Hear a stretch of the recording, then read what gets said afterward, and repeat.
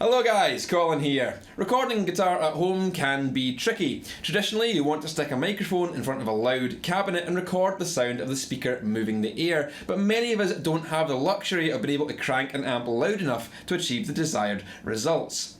You could DI your guitar and use amp sims, of which there are many good ones available, but what if there's a tone from your physical amp and pedals you really want to get down on record? Well, if your amp has an effects loop, then you are sorted. By taking an instrument cable between your amplifier's effects send and your audio interface, you can record the sound of your amplifier's preamp alongside any pedals running into the front of the amp and between the effects loop and your interface. If your amp has a master volume control, then you can do this silently, as the master volume controls the output from the power stage.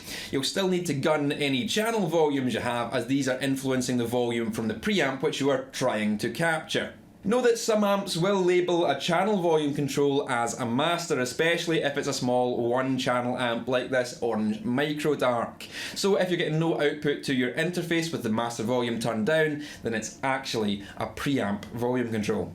Remember that recording in this fashion still requires your amplifier to be connected to a speaker cabinet to prevent damage. Even if there's no sound coming out of the cabinet, the amplifier still needs to see the speaker impedance for it to function correctly. Once in your DAW or recording software, the recorded sound of your preamp and effects will be absolute garbage. This is where impulses come in.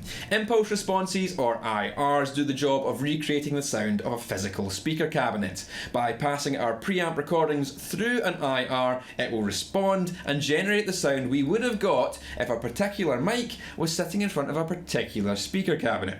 To use impulses, you'll need to purchase an impulse loader. I've just started using the new Impulsive loader from Sigma Audio, which is super cheap and has far more features than the one I was using previously. They also have an extensive range of cabinet impulses, which I've been using for a while now.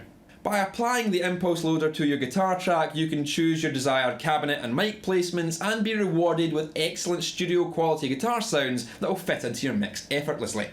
Now that I've given you the basic outline, let me do a walkthrough from start to finish and explain the points as I go. I have my guitar running into the front end of my pedal board, and from there it goes to the input of my amplifier. The amplifier's effects send runs into the last couple of pedals on my pedal board, and from there it goes to the PreSonus interface instead of going back to the effects return on the amplifier. My amplifier is still connected to its speaker cabinet.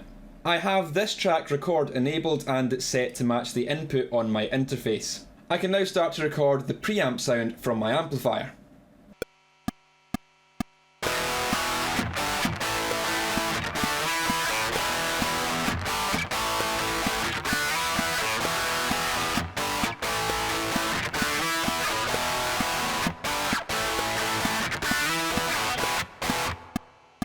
I have a second track set up identical to the first one, and we're going to record a second take of that guitar to double track it.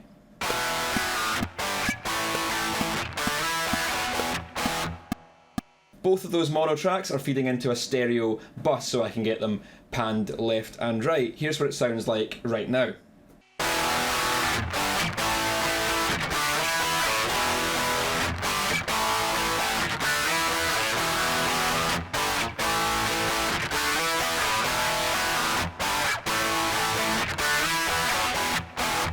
Going to the stereo track, I can select a plugin.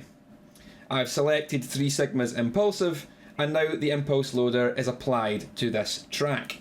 Impulsive allows me to select two impulses at once and blend them for the left and right channels. So for example, I can have a 4x12 on one channel and a 2x12 on the other and blend those sounds. All of Sigma's impulses are phase matched, so all you have to do is load them in and you're ready to go. But if you're using other impulses where that isn't the case, then those delay controls and the phase invert buttons will allow you to get the two impulses in sync. So with those impulses applied, it now sounds like this.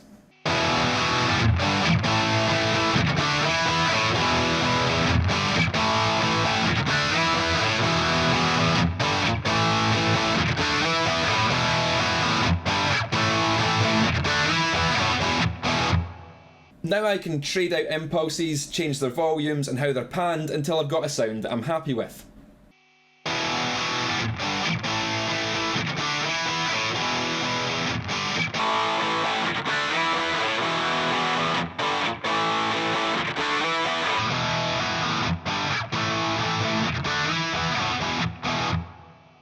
It's just that easy to get some great recorded sounds from your amp's effects send and some impulses. It's also worth mentioning that you can use impulses with amp sims too. All you need to do is shut off any cab emulation in the sim and apply the impulse the same way as I've described here. In fact, impulses are incredibly useful. I'm using them not just for the guitar cabs but also for reverbs and to get excellent sounding acoustic guitar tones, which I've outlined in another video on my channel. So investing in a good impulse loader and a variety of impulses is well worthwhile.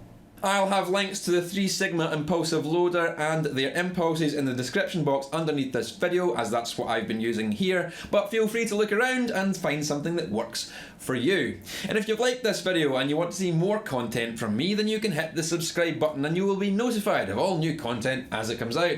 Patreon is also there for exclusive secret stuff if you want to support me, and there's other videos you might not have seen. But that's all for now. Keep it loud, and I'll see you later.